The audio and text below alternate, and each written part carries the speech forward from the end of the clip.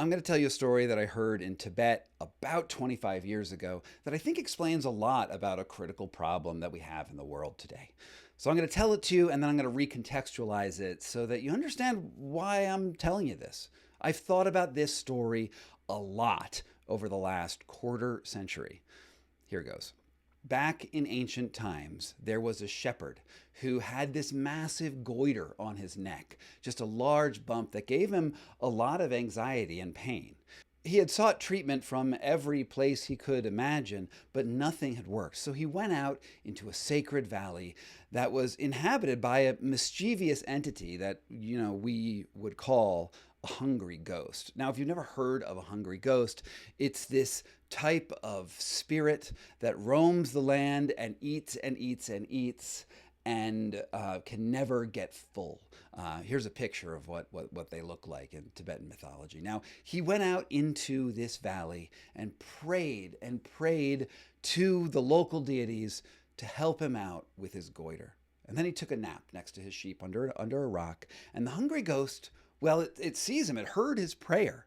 And it walks by and sees this sleeping shepherd and sees this large lump on the shepherd's neck and says, oh, maybe I can eat that.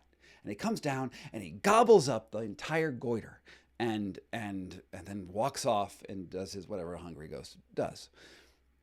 The shepherd wakes up and he is amazed that there's no goiter on his neck anymore. And he just is so unbelievably happy. He goes back to his village.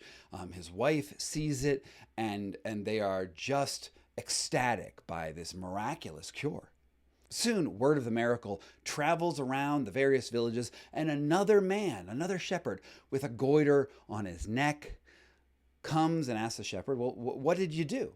And so he tells him, well, you go over into this valley and you pray to the local deity, and the local deity will eat your goiter, it'll go away.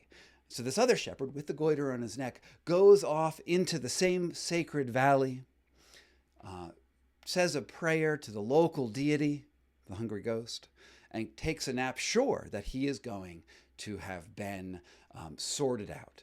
Now, the hungry ghost hears the prayer again, and he walks by, and the hungry ghost has just this terrible indigestion, because, it ate the goiter before, and the goiter, it just tasted nasty. It was a terrible goiter, one of the worst goiters it had ever had in its whole life. And it goes and it sees this man lying there on the ground with a goiter on his neck. And so the hungry ghost goes to him and says, blah, and pukes up the goiter and affixes it to the man's neck. So when he wakes up, the man has 2 goiters. And the story's not exactly over. It always ends with a moral. And here's the moral. When you are out in the world, and if you are going to take refuge in a deity, be sure it is not to a local deity. You must always take refuge in the Buddha, because the Buddha is the only way towards salvation. Okay, so that's the medieval interpretation of that story, the medieval moral. But I actually think there's something really, really important here. Now, in old Tibet, there was this idea of deities all around, right? We had local deities. You had the big deity, which was the Buddha. You had various angels and incarnations, demigods and gods.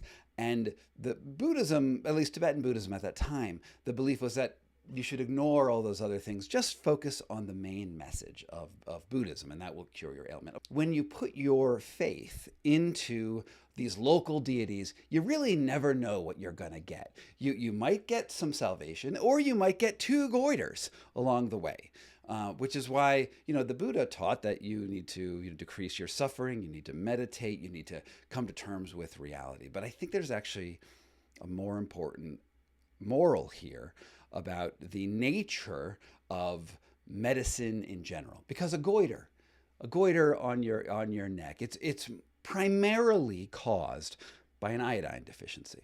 All right, there are probably 6 or 7 other causes, but by and large, if you don't have iodine, your thyroid will enlarge and create this large mass on your neck. And the Chinese knew that you could feed people seaweed and get rid of goiters, or at least reduce their size, about 3,600 years ago.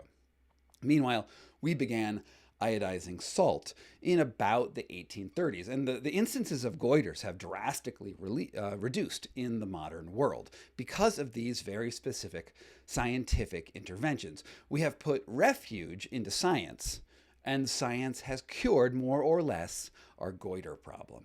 And I don't want to take away any of the Buddha's amazing insights into the world. When you take refuge for a health concern, it's better to do something which is based on the reality that's out there and not just go flim-flam to any charlatan out there. Now, the charlatans out there are these hungry ghosts. And sometimes the hungry ghosts work, right? When you look at the wellness world, we have this thing called the placebo effect, right? And the placebo effect is amazingly successful at curing all manner of human ailments.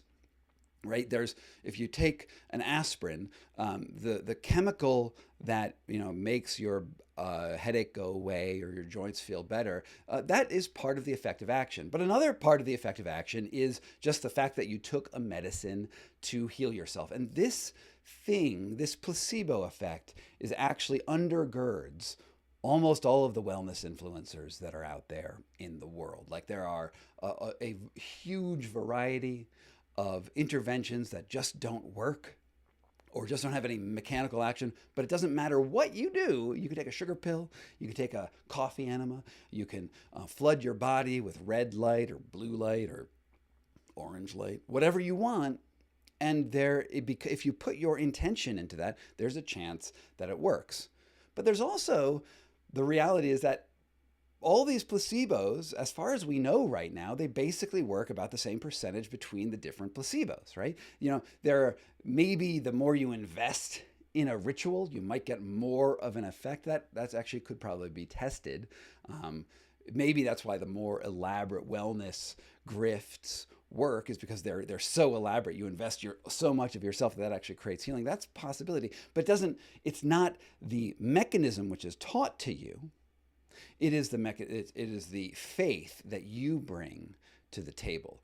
The reason why scientific medicine is useful is because they actually get to the root cause.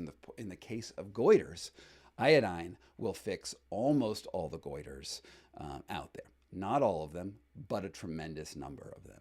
And I think about this parable all the time, and I just wanted to relate it to you. It's the story of the shepherd and the hungry ghost. And remember, the wellness grifters are very frequently the hungry ghosts whose greed cannot be satiated, and they will do anything to get more money, and sometimes that means you're going to end up with 2 goiters instead of 1.